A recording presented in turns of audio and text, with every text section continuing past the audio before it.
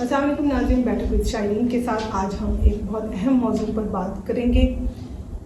جمہوریت اور جمہوری رویے یہ معاشرے کی تشکیل میں بہت اہمیت کے حامل ہوتے ہیں۔ ایسے میں اگر ہم جمہوریت کی بات کرتے ہیں تو جمہوریت میں سب سے پہلے ہم حکومت اور حکمرانوں کی بات کرتے ہیں۔ جمہوریت ہم اداروں کی بات کرتے ہیں کہ اداروں میں جمہوریت کی کیا اس وقت چل رہی ہے۔ اس کے ساتھ جمہوریت کے لیے جو ایک ہم کہتے ہیں واچ ڈاگ، کہ ان کے لیے اس کو دیکھنے کے لیے کون کام کر رہا ہے، تو یہاں پر پاکستان میں PILDAT یعنی کہ Pakistan institute of legislative development and transparency کام کر رہی ہے، جس کو PILDAT کہتے ہیں، بڑی فیمس ہے، اور اس حوالے سے ان کا مختلف ڈیٹا جو ہوتا ہے ہمیں وقتاً فوقتاً ملتا ہے۔ خصوصی طور پہ الیکشنز پہ ان کا کام ہوتا ہے۔ جمہوریت کے حوالے سے یہ بہت اہم کام کر رہے ہیں۔ اس حوالے سے ہم آج ہماری بیٹھک میں بہت ہمیں وقت دیا احمد بلال محبوب، پریزیڈنٹ PILDAT، خوش آمدید کہتے ہیں ہم آپ کو احمد بلال صاحب کہ آپ نے اپنا قیمتی وقت ہمیں دیا۔ سب سے پہلے تو ہم آپ سے یہ پوچھیں گے کہ ظاہر ہم چاہتے ہیں تھوڑا سا آپ جو ہے انٹروڈکشن ہمیں دیں کہ بنیادی طور پر PILDAT کیا کردار ادا کر رہی ہے۔ بہت شکریہ، اصل میں شکریہ تو مجھے آپ کو ادا کرنا چاہیے۔ آپ نے مجھے مدعو کیا اور میری باتیں سننے کے لیے تیار ہوئے۔ بنیادی طور پہ PILDAT آج سے کوئی تقریباً 22 سال پہلے وجود میں آیا تھا، اور اس کا اور یہ پاکستان سے باہر کام کرنے والے جو پاکستانی تھے ان لوگوں نے کچھ مل کے یہ سٹارٹ کیا تھا، اور مقصد یہ تھا کہ پاکستان میں ہماری جمہوریت کی ریل ہوتی ہے، فوجی حکومتیں آ جاتی ہیں، تو اس کو کیسے روکا جا سکتا ہے، پاکستان میں جمہوریت کو مضبوط کیسے کیا جا سکتا ہے۔ تو ہم نے پھر طے کیا کہ ہم ریسرچ کے ذریعے اور اپنی پارلیمنٹ کو وہ ریسرچ مہیا کرنے کے ذریعے جمہوریت کو مضبوط کریں گے۔ پھر وقت کے ساتھ ہمارا اسکوپ بڑھتا چلا گیا۔ پھر ہم نے بہت سے دوسرے نوجوانوں کی ایک یوتھ پارلیمنٹ بنائی۔ پھر اس کے علاوہ ہم نے پاکستان کا جو وفاقی نظام ہے اس کے اوپر ریسرچ کی کہ وفاق، پھر لوکل گورنمنٹ کا نظام، پھر جو پسماندہ علاقے ہیں نسبتاً ان تک وسائل کیوں نہیں پہنچتے، ان کے اوپر ریسرچ۔ تو یہ ہم نے بنیادی طور پہ آج سے جو 24 سال پہلے جو ہم نے کام شروع کیا تھا، یہ اسی کا تسلسل ہے۔ جمہوریت اور جمہوری اداروں کا استحکام یہ اس کا بنیادی کام ہے۔ احمد صاحب، یہاں پر ظاہر جمہوریت کے لیے اب آپ کام کر رہے ہیں، تو جمہوریت میں ہم دیکھتے ہیں کہ جب ایک وفاق ہوتا ہے اس کے بعد جو تقسیم ہوتی ہے ذرائع کی، وسائل کی ہوتی ہے، وہ صوبوں تک جاتی ہے۔ آج آپ ملتان میں موجود ہیں، اور ملتان جو ہے بہت اہمیت کا حامل شہر بھی ہے کہ یہ پورے ہمارے جنوبی پنجاب کو وہ کرتا ہے، لیڈ کرتا ہے، اور اس حوالے سے یہ ہے جنوبی پنجاب اور پھر جنوبی پنجاب ضلع جو صوبہ بننے کا آواز اٹھائی جا رہی ہے، 12 بار اٹھائی جا رہی ہے، کئی سالوں سے اس کی تحریک بھی چل رہی ہے، لیکن جنوبی پنجاب صوبہ تو نہ بن سکا، لیکن انہوں صوبہ پنجاب نے یہاں پہ اپنا ایک سیکریٹریٹ یہاں پہ بنا دیا۔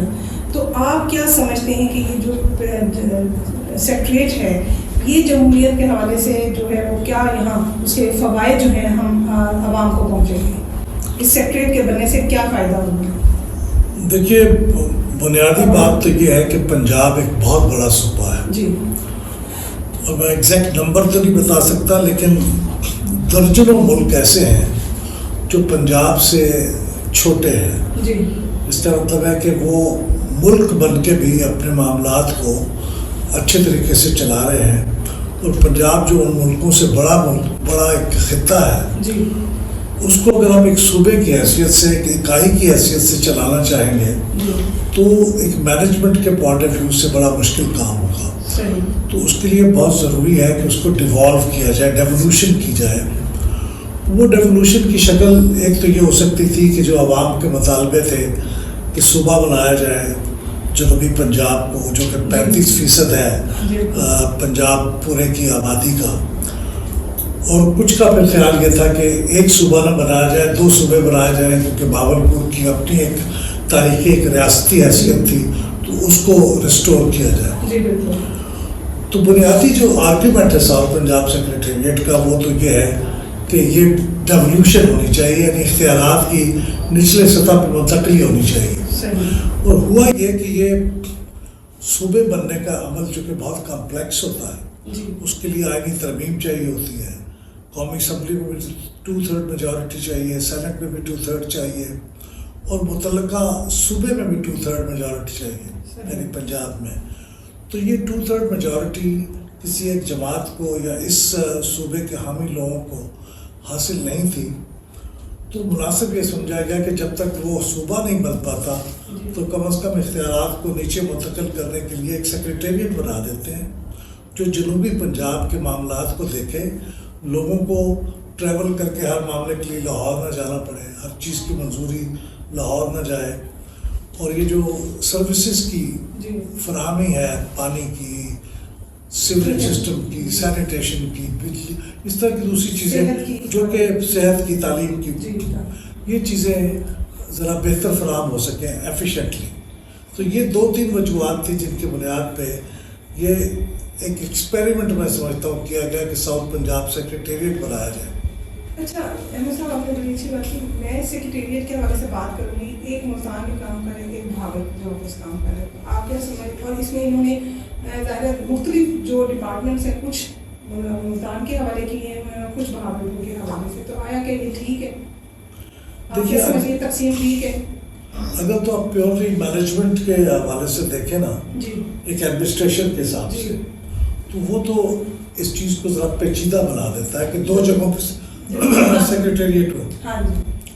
لیکن یہ ایک سیاسی میں سمجھتا ہوں سمجھوتا تھا، کیونکہ 2 صوبوں کا مطالبہ ہو رہا تھا، اور خاص طور پہ PMLN اس 2 صوبوں کی بہت بڑی علمبردار تھی. تو ان کو ساتھ ملانے کے لیے فیصلہ کیا گیا کہ 2 صوبے تو نہیں بن سکتے، تو سیکریٹریٹ کو ہی 2 حصوں میں بانٹ دیا جائے. کچھ محکمے بھاولپور میں کام کریں، کچھ ملتان میں کام کریں. تو یہ ایک طرح کا سمجھوتا ہے. تو سمجھوتے جو ہیں وہ آئیڈیل نہیں ہوتے، وہ تو ایک عملی طور پہ کسی مسئلے کو حل کرنے کے لیے کچھ ایک کمپرومائز کرنا پڑتا. تو کمپرومائز ہے، آئیڈیل نہیں ہے. تو کیا ہم اس کو کہہ سکتے ہیں کہ یہ صرف شارٹ ٹائم کے لیے یہ کام ہوا ہے، یا لانگ ٹرم میں بھی یہ چلے گا؟ میرا خیال ہے یہ لانگ ٹرم ہی ہے، بلکہ مڈ ٹرم کہنا چاہیے. لانگ ٹرم میں تو مجھے لگتا ہے کہ شاید یہ صوبوں کی راستہ ہموار کرے گا. اگر یہ تجربہ کامیاب ہوتا ہے اور یہ واقعی اسٹیبلش ہو جاتے ہیں سیکریٹریٹ، تو میرے خیال پھر یہ 2 صوبے شاید اس کی طرف قدم بڑھے گا. تو وہ ہے لانگ ٹرم. لیکن شارٹ ٹرم اور مڈ ٹرم تو میرے خیال میں یہ 2 سیکریٹریٹ ہی چلیں گے، کیونکہ اب بھاولپور میں بھی سیکریٹریٹ کی تعمیر کا کام شروع ہونے والا ہے، اور ملتان میں تو تقریباً تکمیل تک بھی پہنچ چکا ہے. تو یہ 2 سیکریٹریٹ جو ہیں اب ان کو واپس کرنا تو بڑا مشکل ہے، کیونکہ سیاسی طور پہ یہ پولیٹیکلی انکریکٹ ہوگا، کیونکہ بھاولپور میں بڑا نامقبول قسم کا فیصلہ ہوگا کہ اگر وہاں پہ سیکریٹریٹ بند کیا گیا، اور اسی طرح سے ملتان میں کیا گیا. تجویز یہ بھی ہو سکتی ہے کہ جس درمیان میں بنا دے کہیں جو دونوں کو ایکول ڈسٹینس پہ ہو، لیکن وہ بھی شاید کوئی بہت عملی چیز نہیں ہے. تو اس لیے آپ کے سوال کے جواب میں کہوں گا کہ لانگ ٹرم تو صوبے ہیں، لیکن فی الحال میڈیم ٹرم اور شارٹ ٹرم تو یہ 2 جگہ پہ سیکریٹریٹ. سر مجھے یہ بتائیں کہ جنوبی پنجاب سیکریٹریٹ پہ فیلڈ ڈائریکٹر کا کیا کام ہے اور اس نے کیا کیا کام کیا؟ دیکھیے، جنوبی پنجاب میں ہمارا انٹرسٹ اس وجہ سے ہے کہ ملک کا سب سے بڑا صوبہ تو پنجاب ہے، اور اس لیے اس میں ڈیولوشن کی ضرورت سب سے زیادہ ہے. اور اس میں ساؤتھ پنجاب ایک ایسا خطہ ہے، علاوہ اس کے کہ اس کا ایک اپنا کلچر ہے، اپنی ایک زبان بھی ہے، اس کی اپنی تاریخی پس منظر بھی ہے. لیکن سب سے بڑی بات یہ ہے کہ وہ پورے پنجاب کے مقابلے میں پسماندہ ہے بہت. اس کی تعلیم کا، صحت کا جو اشاریہ ہے وہ پورے پنجاب کے مقابلے میں بہت کم ہے. تعلیم فاردگی بہت کم ہے، پر کیپٹا انکم بہت کم ہے، یہاں پہ ڈیولپمنٹ بہت کم ہے، یہاں پہ سڑکوں کی اگر کلومیٹرز آپ پہ جائے وہ بہت کم ہے. تو اس لحاظ سے ایک بالکل ڈسٹنکٹ جگہ ہے. تو ہماری دلچسپی یہ تھی کہ اگر جنوبی پنجاب کی ترقی کو فوکس کیا جائے اور یہ بتایا جائے حکومتوں کو اور عوام کو کہ اگر اس طرح سے اگر آپ کا ایک ملک کا بڑا حصہ پسماندہ رہے گا تو یہاں پہ پھر امن نہیں آ سکتا، ہم آہنگی نہیں ہو سکتی، اور جمہوریت کے لیے بڑا خطرہ بھی ہو سکتا ہے. تو یہ ہمارا، اور پھر ہم یہ سمجھتے تھے کہ اگر جنوبی پنجاب میں جو سیکریٹریٹ کا تجربہ ہے اگر یہ کامیاب ہوتا ہے تو دوسرے صوبوں میں بھی یہ مسئلہ حل کرنے کی طرف رہنمائی کر سکتا ہے. جیسے خیبر پختونخوا میں بھی آواز اٹھتی رہتی ہے کہ ہزارہ کا صوبہ بنائے، پھر وہ فاٹا کے جو ڈسٹرکٹ ہے قبالستان بنایا جائے. اس طرح آپ نے درست کہا کہ سندھ کے اندر بھی کہتے ہیں کراچی کو الگ صوبہ بنایا جائے. تو صوبے بنانے کا عمل بہت پیچیدہ بھی اور مہنگا بھی ہے. تو وہاں پہ اگر یہ تجربہ جنوبی پنجاب کا کامیاب ہوتا ہے تو اس سے دوسرے صوبے بھی فائدہ اٹھا سکتے ہیں. بلوچستان کا بھی ایشو ہے، وہاں پہ بھی جغرافیہ طور پہ بہت بڑا خطہ ہے. پھر وہاں پہ بلوچ ڈومینیٹڈ ایریاز ہیں، سراکی ڈومینیٹڈ ایریاز ہیں، پشتو ڈومینیٹڈ ایریاز ہیں. تو ان کے بھی ایک سے زیادہ سیکریٹریٹ بن سکتے ہیں. تو اس لیے ہمارا خیال تھا کہ ہم اس کی اسٹڈی کریں، اس پر ریسرچ کریں اور دیکھیں کہ ساؤتھ پنجاب کا سیکریٹریٹ کیسے کام کر رہا ہے تاکہ اس کے مطابق لوگوں کو اطلاع پہنچائیں، ان کی رائے لیں کہ کیسا کام کر رہا ہے، اور اگر کوئی اچھی چیزیں ہیں تو اس کو دوسرے صوبوں کے ساتھ بھی شیئر کریں. اچھا سر، ابھی میں نے ملتان اور بہاولپور کی تو بات کر دی، اس میں ہمارا اہم ڈویژن جو ہے ڈیرہ غازی خان ڈویژن جو ہے ایک بڑی آبادی کو وہ کور کرتا ہے. تو آیا کیا جب سیکریٹریٹ ملتان اور بہاولپور میں تو بنا دیے گئے ان کے کچھ حصے اور ہم نے اس طرح کر دیے، تو ہم نے ڈی جی خان کو کیا نظر انداز نہیں کر دیا؟ ایک لحاظ سے آپ کہہ سکتے ہیں کہ اس کے 3 ڈویژن ہیں، جو کہ ساؤتھ پنجاب کے 2 ڈویژنوں میں سیکریٹریٹ ہے، تیسرے میں نہیں ہے. لیکن یہ 2 ڈویژنوں میں اس وجہ سے نہیں ہے کہ یہ 2 ڈویژن ہیں، وہ اس وجہ سے ہے کہ ان کی اپنی ایک تاریخ ہے. بہاولپور ایک ریاست تھی ایک زمانے میں، اور اس ریاست کو مرج کیا گیا تھا 1 یونٹ میں. تو جب 1 یونٹ کو ختم کیا گیا تو تقاضا یہ تھا لاجک کا کہ جو یونٹ تھے ان کو ریسٹور کیا جاتا، تو وہ نہیں کیا گیا، اس کو پنجاب میں پھر منتقل کر دیا گیا. تو اس کی ایک ہسٹوریکل وجہ ہے کہ بہاولپور کیوں ایک صوبے کے طور پہ اپنا مطالبہ رکھتا ہے. تو جب بہاولپور مرج ہو رہا تھا پاکستان کے اندر، اس کا نواب صاحب نے اس کا اس کے ساتھ مرجر کیا، تو اس وقت بھی ایک انڈرسٹینڈنگ سے تھی کہ بہاولپور کو اس کی جو آئیڈینٹی ہے وہ قائم رکھی جائے گی. اور ملتان کا اپنا ایک تاریخی اس کا بھی کردار ہے. تو اس لیے 2 صوبوں کی بات سامنے آتی ہے، لیکن سوال اٹھاتے ہیں اٹھانے والے جب 2 ڈویژنوں میں صوبے بن سکتے ہیں تو تیسرے میں کیوں نہیں بنتا. لیکن میرے خیال میں اس قسم کے مطالبے صرف ڈیرہ غازی خان میں نہیں ہیں، دوسرے ملک کے حصوں میں بھی یہ مطالبے ہیں. اور اس کا اگر لانگ ٹرم سلوشن دیکھنا ہے تو وہ صوبے بنانے میں نہیں ہے، بلکہ وہ مقامی حکومتوں کے نظام کو ذرا مؤثر بنانے میں اور اختیارات ہر ڈسٹرکٹ اور تحصیل کی لیول پہ ٹرانسفر کرنے میں ہے. اگر وہ اختیارات آپ ٹرانسفر کر دیں گے نا تحصیل اور ضلع کے مقام پہ، تو پھر صوبے بنانے کا مطالبہ اتنا مضبوط نہیں رہے گا، اس کا کوئی جواز اتنا نہیں رہے گا. لیکن جب تک یہ ہمارے مقامی حکومتوں کا نظام نہیں بنتا اور یہ سارے اختیارات صوبے کے صدر مقام پہ مرکوز رہتے ہیں، تو اس قسم کے مطالبے آتے رہیں گے. تو ڈی جی خان کے مطالبے کو اگنور کرنا بھی یہ ممکن نہیں ہے. احمد صاحب، ابھی آپ کی جگہ کام کر رہی ہے، آپ نے بتایا کہ پنجاب کو دیکھنے کے لیے آئے اور یہاں پہ انہوں نے باقاعدہ کام کام اس کے، تو آپ کیا سمجھتے ہیں کہ جو پنجاب کا جو یہ سیکریٹریٹ ہے تو اس کا کتنا جو ہے انفلوئنس جو ہے عوام پہ پڑا، کتنا مؤثر رہا یہ بننے سے، کیسے فائدہ حاصل ہوا یہاں کے عوام کو ہمارے جنوبی پنجاب کے؟ اصل میں ہم نے ابھی اس ریسرچ کا آغاز کیا ہے. ٹھیک ہے. تو ہم نے ابتدائی طور پہ کچھ ڈیٹا اکٹھا کیا ہے. ساؤتھ پنجاب سیکریٹریٹ کیا ہے، اس کے اندر کتنے لوگ کام کر رہے ہیں، کتنے محکمے یہاں آئے ہیں، ان محکموں کے اختیارات کیا ہے، ان کا بجٹ کیا ہے. اور جب سے یہ ساؤتھ پنجاب سیکریٹریٹ بنا ہے 2021 میں 20 میں، تب سے اب تک اس کے اختیارات میں اضافہ ہوا ہے، کمی ہوئی ہے، بجٹ میں اضافہ ہوا ہے، کمی ہوئی ہے. کچھ ڈیٹا ہمیں مل گیا ہے. اب ہم نے عام لوگوں سے ان کے ساتھ مشاورت شروع کی ہے، ان سے پوچھ رہے ہیں کہ آپ کی رائے میں کیسا ہے. اور پھر ہم حکومت کے عہدیداران کے ساتھ بھی، سیاستدانوں کے ساتھ بھی یہ مشاورت کریں گے. تو امید ہے کہ چند ماہ میں ہماری یہ ریسرچ اس نتیجے پہ پہنچ جائے گی کہ ہم آپ کے سوال کا ذرا زیادہ یقین کے ساتھ جواب دے سکیں گے کہ ساؤتھ پنجاب کا سیکریٹریٹ کس حد تک کامیاب ہے. کیونکہ اس وقت ہم سمجھتے ہیں کہ نہ ہونے سے تو بہت بہتر ہے، لیکن اس کے اختیارات جو ہیں وہ اس کے حوالے نہیں کیے جا رہے ہیں. سیکرٹریز بیٹھے ہوئے ہیں لیکن وہ سیکرٹریز کے پاس اختیارات ابھی بھی لاہور میں ہیں. تو اس لیے اگر اختیار منتقل ہوگا ان ساؤتھ پنجاب کے سیکرٹریٹ کے سیکرٹریز کو تو جب بھی وہ کام کر سکیں گے. اختیار اتنی منتقل ہوں گے تو خالی سیکرٹری کا تقرر کر دینے سے تو کام نہیں ہوگا. اچھا احمد صاحب، آپ بات کرتے ہیں جمہوری اقدار کی. آپ کیا سمجھتے ہیں گزشتہ 10 برس سے پاکستان میں جو ہے جمہوری اقدار کس نہج پہ پہنچی ہے؟ پازیٹیو رہی ہے، نیگیٹو، کیا آپ کا تاثر ہے؟ آپ نے کیا جج کیا؟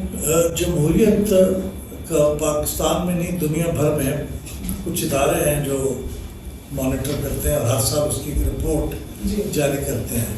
ایک اکانومسٹ کا رسالہ ہے بڑا مشہور اکانومسٹ، تو اس کی اکانومسٹ انٹیلیجنس یونٹ ہے، وہ ہر سال ایک ڈیموکریسی انڈیکس جاری کرتا ہے. تو اس کے مطابق پاکستان کی جو اس وقت جمہوری صورتحال ہے وہ ماضی کے پچھلے جب سے وہ اکانومسٹ انٹیلیجنس یونٹ نے پاکستان کا ڈیٹا جاری کرنا شروع کیا ہے وہ ورسٹ ہے. یعنی اس کا سکور بھی ورسٹ ہے، اس کی رینکنگ بھی ورسٹ ہے. اور ایک کچھ دوسرے بھی ادارے ہیں جیسے ایک فریڈم ہاؤس ہے امریکہ میں، اس کا، اور ایک جرمنی کا ادارہ ہے اس کا. ان سب کی فائنڈنگ یہ ہے، خود ہماری فائنڈنگ بھی یہ ہے کہ پاکستان میں جمہوریت تنزل کا شکار ہے. اگرچہ دنیا کے بہت سے ملکوں میں تنزل کا شکار ہے، مثلا انڈیا میں بھی جمہوریت ڈکلائن ہو رہی ہے، خود یورپ میں بھی جمہوریت ڈکلائن ہو رہی ہے، امریکہ میں بھی جمہوریت ڈکلائن ہو رہی ہے. لیکن ہماری ڈکلائن ایک بہت یوں سمجھیے کہ غیر معمولی ڈکلائن ہے، کیونکہ پہلے بھی ہمارے حالات اچھے نہیں تھے، اب بہت خراب ہو گئے ہیں. تو اب ہم پاکستان کی جمہوریت کو کہتے ہیں کہ یہ جمہوریت نہیں ہے، یہ الیکٹڈ آمریت ہے. اس کو کیٹیگرائز کرتے ہیں تو کہتے ہیں یہ وہ آمریت ہے جو منتخب ہوتی ہے اور جس کے انتخابات بھی فلاڈ ہوتے ہیں. اچھا احمد صاحب، مجھے یہ بتائیں کہ 2018 اور 2024 کے الیکشنز میں آپ کیا فرق دیکھتے ہیں؟ ابھی ہم نے کچھ عرصہ پہلے جب 2024 کے انتخابات ہوئے تھے تو ہم نے ایک رپورٹ جاری کی تھی، assessment of quality of elections. وہ ہم ہر سال ہر انتخابات کے بعد جاری کرتے ہیں 2002 کے بعد سے. تو 2002، 2008، اس کے بعد 2013 اور پھر 2018 اور 2024 ان سارے انتخابات کا ہم نے ایک فریم ورک بنایا ہوا ہے.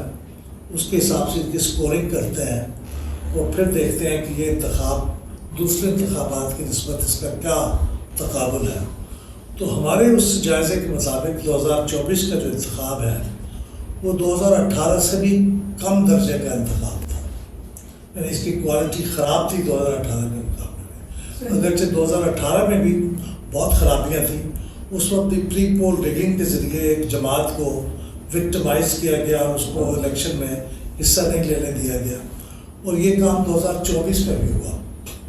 اور 2024 میں چند کام اور بھی ایسے ہوئے جو پہلے کبھی نہیں ہوئے. مثلا کسی ایک جماعت کو کبھی پاکستان میں ایسا نہیں ہوا کہ اس کے الیکشن سمبل سے معلوم کر دیا گیا. یہ 2024 میں پہلی بار ہوا. اگرچہ اس کے وجوہات ہیں، ابھی بات کورٹ میں زیر بحث بھی ہے تو اس کا فیصلہ ہوگا. لیکن ایک یہ بہت بڑی بات تھی جو کہ 2024 میں پہلی بار ہوئی. اور پھر ہم نے دیکھا کہ 2024 میں 1985 کے بعد یا شاید 1988 کے بعد پہلی دفعہ ہے کہ ایڈمنسٹریشن سے ریٹرننگ آفیسر لگائے گئے جو کہ پہلے جوڈیشری سے آتے تھے. اور ہم نے دیکھے ہیں کہ فارم 85 کے اندر بہت سی تبدیلیاں کی گئی ہیں. وہ جو انہوں نے ایک تو فارم بڑی دیر کے ساتھ اپلوڈ کیا، 14 دن میں کرنا ہوتا ہے، مہینہ لگا دیا. انتخابات کو اگلے دن صبح 10 بجے تک آپ نے ڈکلیئر کرنا ہوتا ہے، رات 2 بجے ترجیحاً، لیکن نہیں تو اگلے دن 10 بجے تک. اس میں کئی دن لگ گئے ہر جگہ پہ انتخابات آنے میں. تو اس ساری باتوں سے بڑے شکوک پیدا ہوئے. پھر وہ انٹرنیٹ کا نظام تھا وہ بٹھا دیا گیا، اس کی وجہ سے ان کا ریزلٹ مینجمنٹ سسٹم وہ کام نہیں کیا اس نے.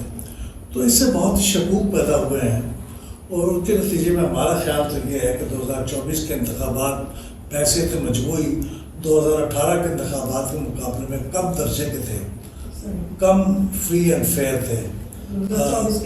2013 سے بھی کم درجے کے تھے. یہ اگر آپ 2002 کا، یہ تقریباً 2002 کے ساتھ اس کا تقابل کیا جا سکتا ہے. 2002 سے 2024 تک ایک 22 سال کا عرصہ ہے. اس میں سب سے برے انتخابات 2024 سے پہلے 2002 کے تھے. 2002 کا انتخاب جو تھا وہ سب سے برا تھا. لیکن 2024 کے جو انتخاب ہے وہ 2002 سے ملتے جلتے ہیں. یعنی یہ 22 سال میں 2002 سے تھوڑا سا بہتر ہے، لیکن کافی حد تک اس سے مماثلت رکھتا ہے. وہی الیکٹڈ عامریت. جی الیکٹڈ عامریت.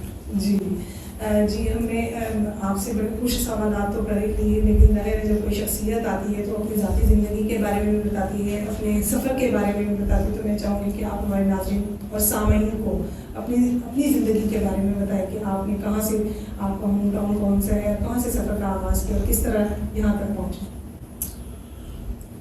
وہ فیض احمد فیض کہتے ہیں کہ دنیا کے بہت ترین لوگوں کا سب سے بڑا کام یہ ہے کہ وہ اپنے بارے میں گفتگو کرتے ہیں.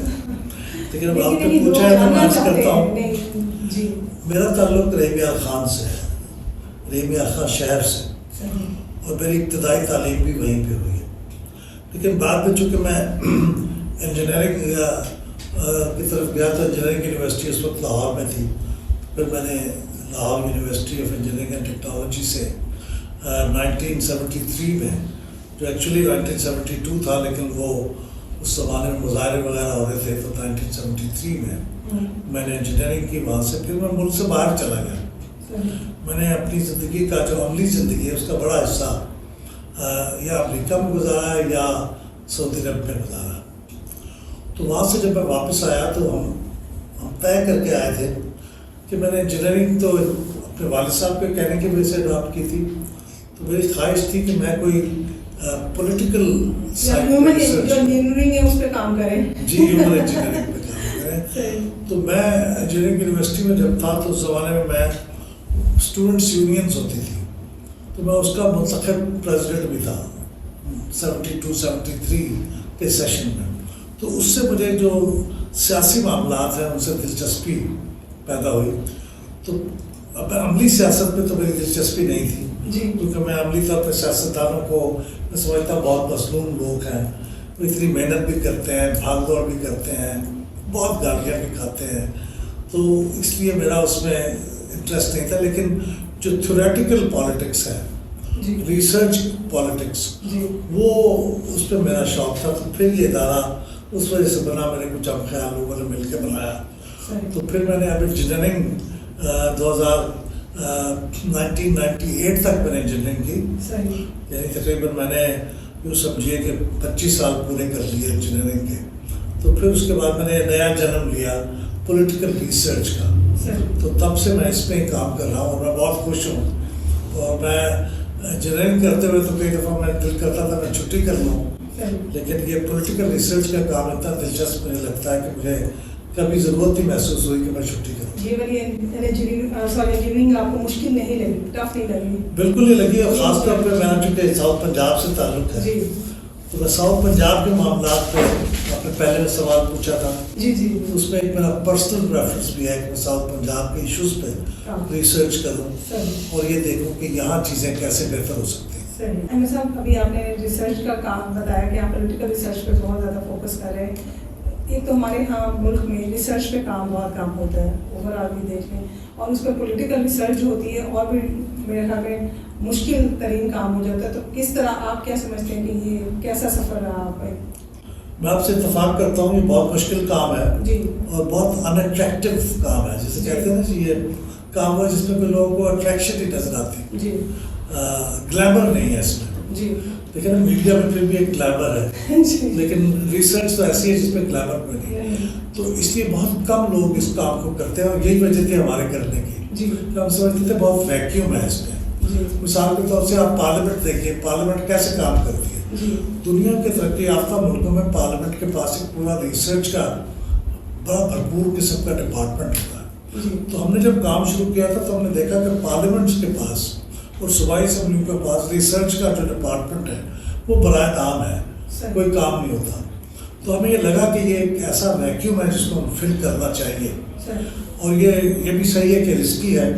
اس میں بعض اوقات کچھ چیزیں آپ ایسی کرتے ہیں جو کچھ لوگوں کو پسند نہیں آتی، طاقتور لوگوں کو. پھر آپ کے ساتھ وہ آپ کو اس کا نتیجہ بھی بھگتنا پڑتا ہے. جی. لیکن میں سمجھتا ہوں اس کے باوجود یہ اتنا اہم کام ہے کہ اس کے لیے رسک بھی لینا چاہیے اور اس کے لیے گلیمر کے باوجود کام کرنا چاہیے. اور ہمارا جو ریسرچ ہوتی ہے اس کی سب سے زیادہ استعمال ہمارا میڈیا کرتا ہے. تو ہم تو خود لوگوں تک نہیں پہنچتے ڈائریکٹلی، لیکن میڈیا کے توسط سے ہماری ریسرچ پھر عام لوگوں تک پہنچتی ہے اور ملک کے سیاستدانوں تک، پاورفل سرکل تک پہنچتی ہے. تو میں سمجھتا ہوں کہ یہ میرا جرنی تو بہت انٹرسٹنگ رہا. میرا جو پہلا جرنی تھا انجینئرنگ کا وہ اتنا انٹرسٹنگ نہیں تھا جتنا یہ پولیٹیکل ریسرچ کا جو جرنی ہے یہ انٹرسٹنگ ہے. احمد صاحب، مجھے ہمارا آخری سوال ہے کہ جنوبی پنجاب کے لیے جنوبی پنجاب سیکریٹریٹ جو بنایا گیا اس کے لیے آپ کتنے پر امید ہیں؟ دیکھیے میں تو بہت پر امید ہوں اور امید کی وجہ سے ہی میں اس کے لیے کام بھی کر رہا ہوں کہ پبلک کو بتاؤں کہ جنوبی پنجاب سیکریٹریٹ کیوں اہم ہے اور وہ آپ کے لیے کیا کر سکتا ہے اور اس کو مزید بہتر کیسے بنایا جا سکتا ہے. میں کام اس لیے کر رہا ہوں کہ ایک تو میں کنونسڈ ہوں کہ جنوبی پنجاب سیکریٹریٹ ضرورت ہے، اس کی اہمیت ہے، اور دوسری بات یہ بھی میں امید رکھتا ہوں کہ اب یہ ایک سیاسی حقیقت بھی بن گیا ہے اور یہ قائم رہے گا. اس میں تبدیلیاں ہو جائیں گی، ہو سکتا ہے کچھ محکمے زیادہ ملتان میں آ جائیں، کم باولپور میں چلے جائیں، ایک سیکریٹریٹ بن جائے 2 کی بجائے، یہ تو ممکن ہے. لیکن اس کو آل ٹوگیدر ختم کرنا میرا خیال ہے درست نہیں ہوگا. میں ذاتی طور پر سمجھتا ہوں کہ ساؤتھ پنجاب کے جو الیکٹڈ ریپرزنٹیٹیوز ہیں، قومی اسمبلی میں ہوں، سینٹ میں ہوں، صوبائی اسمبلی پنجاب میں ہوں، ان سب کو میں زیادہ میری آرگنائزیشن پلیر ان کو اکٹھا بٹھانے کی کوشش کرے گی تاکہ وہ مل جل کے ساؤتھ پنجاب کے معاملات پہ، مسائل پہ گفتگو کریں اور خاص طور پہ سیکریٹریٹ کو زیادہ مضبوط بنانے کی کوشش کریں. صاحب یہاں پہ ایک اور سوال میرے ذہن میں آیا کہ پنجاب ظاہر جمہوریت کے فروغ کے لیے کام کرتی ہے کہ جمہوریت یہاں قلت پہ، لیکن اس حوالے سے جمہوریت کے لیے جب آپ کام کرتے ہیں اور آپ ظاہر ٹینڈر دیتے ہیں، اس حوالے سے کبھی آپ کو کوئی تھریٹس وغیرہ موصول ہوئے، کبھی ہوا کہ آپ یہ کام نہ کریں؟ آپ کی آرگنائزیشن ہوتے ہیں تھریٹ آتے ہیں، کئی دفعہ تو حالات ایسے ہو جاتے ہیں کہ ہمیں کوئی کام بھی کرنا مشکل ہو جاتا ہے. 2-3 سال تو ایسے بھی گزرے کہ ہمیں اپنے جو کام تھے وہ بھی روک دینے پڑے کیونکہ ہماری فنڈنگ رک گئی. اس طرح کے معاملات ہوتے ہیں، لیکن میں سمجھتا ہوں کہ پھر آپ کو فائٹ بیک کرنا پڑتا ہے، اپنا کیس لڑنا پڑتا ہے. خود ان لوگوں کے سامنے جنہوں نے آپ پہ پابندی لگائی ہوتی ہے ان کو کنونس کرتے ہیں، کیونکہ ہم سمجھتے ہیں کہ ہمارے پاس کوئی توپے تو نہیں ہیں کہ ہم چلائیں گے. کنونس کر سکتے ہیں نا، آپ آرگیو کریں. تو ہماری الحمدللہ یہ کوشش کامیاب رہی کہ ہم ان کو کنونس کر لیا کہ آپ کوئی خطرناک کام نہیں کر رہے ہیں. اس طرح کی ریسرچ ہونی چاہیے اور اس ریسرچ میں آپ بھی اپنی فیڈ بیک دے سکتے ہیں. تو ہوتے ہیں تھریٹس ہوتے ہیں، مشکل وقت بھی آتے ہیں، لیکن اگر آپ کنونسڈ ہوں کہ آپ کا کاز ورتھ وائل ہے، اس پہ کام ہوتا رہنا چاہیے، تو پھر آپ کرتے رہتے ہیں. احمد صاحب، سیاسی جماعتیں آپ کیا سمجھتے ہیں کہ ہمارے یہاں کمزور ہیں یا مضبوط؟ میرے خیال میں تو ان جنرل بہت ڈس آرگنائزڈ ہیں اور کمزور ہیں. اور کیوں ہے یہ آپ جاننا چاہیں تو اس کا میرے نزدیک ایکسپلینیشن یہ ہے کہ اس کے 2 فیکٹرز ہیں بڑے. ایک فیکٹر تو یہ ہے جو سمجھیے بین الاقوامی ہے، وہ یہ کہ سیاسی جماعتیں جب بنی تھی نا جی، تو بنیادی طور پہ اس کے پیچھے یہ منطق یہ تھی کہ ایک لیڈر ہے جی، اس کی آواز ہے جو عوام تک پہنچنی ہے، عوام کو اسے ساتھ ملانا ہے، تو اسے ایک تنظیم کی ضرورت ہے. وہ تنظیم کھڑی کرتا تھا، اس کے ذریعے سے اس کی بات اس تک پہنچتی تھی، لوگ موبلائز ہوتے تھے تو اس کو سیاسی پارٹی بن جاتی تھی. لیکن وقت گزرنے کے ساتھ اب سچویشن یہ ہو گئی ہے کہ اب ٹیکنالوجی اس لیول پہ آ گئی ہے کہ ایک آدمی اگر کھڑا ہو کے اپنی آواز پہنچانا چاہے تو اسے سیاسی جماعت کی ضرورت نہیں ہے، عوام تک اس کی بات ڈائریکٹ پہنچ جائے گی. تو اس لیے آپ نے دیکھا کہ جو ایسے 6-7 سال پہلے فرانس میں صدارتی انتخاب ہوا تھا میکواں کا، تو اس وقت اس کی کوئی پارٹی نہیں تھی، وہ اکیلا تھا، لیکن اس کے پروگرام کو اتنی پذیرائی حاصل ہوئی کہ لوگوں نے اس کو الیکٹ کر لیا. پارٹی اس نے بعد میں بنائی جس نے پارلیمنٹ کا الیکشن لڑا فرانس میں، لیکن جب وہ صدر منتخب ہوا تھا تو اس کی کوئی پارٹی نہیں تھی. تو ایک تو یہ بین الاقوامی یعنی گلوبل ریزن میں بتا رہا ہوں کہ سیاسی جماعتوں کا ڈکلائن اس وجہ سے بھی ہے کہ اب اس کی وہ یوٹیلیٹی نہیں رہی. اور یہ آپ بات دیکھیے ہندوستان میں مودی صاحب ہیں, وہ ان کا طلسم جو ہے وہ پارٹی سے بڑا ہے, ان کا جادو چلتا ہے, انہیں کے نام پہ پارٹی چلتی ہے, پارٹی پیچھے ہے وہ آگے ہے. اس طرح امریکہ میں دیکھ لیں تو ریپبلکن پارٹی جو ہے وہ ٹرمپ کے پیچھے چلتی ہے, ٹرمپ آگے ہے, مقبولیت اس کی زیادہ ہے, پارٹی کی نہیں ہے, تو پارٹی مجبور ہے. تو یہ ایک گلوبل فنامنا بھی ہے. جی لیکن احمد صاحب اس میں یہ بھی تو دیکھیں نا کہ اگر ہم سیاسی پارٹیاں کمزور ہونے کی وجوہات یہ بھی تو ہے کہ طلبہ یونینس پہ بہت زیادہ پابندی بھی عائد رہی ہے, اور وہ ایک جو ایک کریم آتی ہے سیاست دانوں کی, ظاہر ہے وہ طلبہ یونین سے ہی ڈیولپ ہو کے آگے آتی ہے, ہم نے یہی دیکھا پاکستان بننے کے بعد.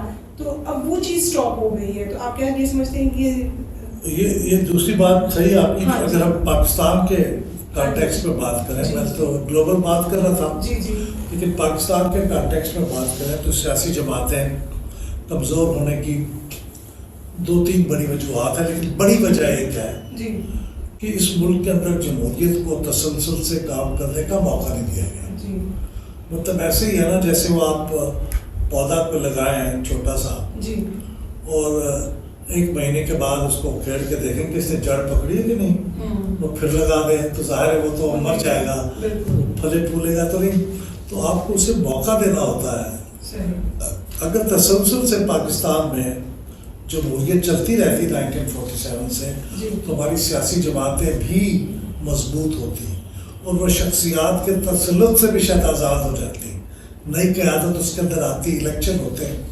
لیکن چونکہ سیاسی جماعتیں انڈر تھریٹ رہی ہیں, فوجی حکومت جب آتی ہے تو اس کو فنکشن کرنے سے روک دیتی ہے, اس کی قیادت کو بند کر دیتی ہے, تو نئی قیادت پھر وجود میں نہیں آتی. اور وہ جو قیادت ہوتی ہے نا اس کی پھر اس کے بعد نئی قیادت کا جب وقت آتا ہے, جیسے مثال کے طور سے بےنظیر بھٹو صاحبہ جب ان کی شہادت ہوئی تو اب نئی قیادت کا فیصلہ ہوا, تو زرداری صاحب کو بہت زیادہ پسندیدہ اور مقبول شخصیت نہیں تھے پارٹی میں, اور خیال یہ تھا کہ وہ تو نہیں ہو سکتے پارٹی کے ہیڈ, لیکن وہی ہوا اس لیے کہ اور کسی نام پہ اتفاق ہی نہیں ہو رہا تھا. باقی جو لوگ تھے ان کو کہتے کہ یہ کیسے ہے, اس کے خلاف تھے باقی لوگ, تو بالآخر لیسٹ کامن ڈینامینیٹر جو تھا وہ زرداری صاحب تھے, کیونکہ پارٹی ادروائز بکھر جاتی اگر ان کو الیکٹ نہ کیا جاتا. تو اس لیے پارٹیوں کو اگر چلنے دیا جائے گا تو وہ جمہوری بھی ہو جائیں گی, آرگنائز بھی ہو جائیں گی, مضبوط بھی ہو جائیں گی, لیکن اسی طرح ہوں گی جس طرح دنیا میں ہے. ان کی وہ جو ایک زمانہ تھا اس سے 50 سال پہلے سیاسی جماعتوں کو عروج کا زمانہ تھا, وہ ٹیکنالوجی کی وجہ سے اب وہ نہیں رہے گا. اب ٹیکنالوجی اور پرسنالٹیز یہ 2 چیزیں مل کے سیاست کو زیادہ گورن کریں گی سیاسی جماعتوں کی وجہ سے. بہت شکریہ آپ نے احمد بلال صاحب ہمیں اپنا قیمتی وقت دیا. جی ناظرین, آپ نے احمد بلال صاحب کی گفتگو سنی, اور جو جنوبی پنجاب کے حوالے سے ہمارے تحفظات تھے ان پر بھی سیر حاصل گفتگو ہوئی.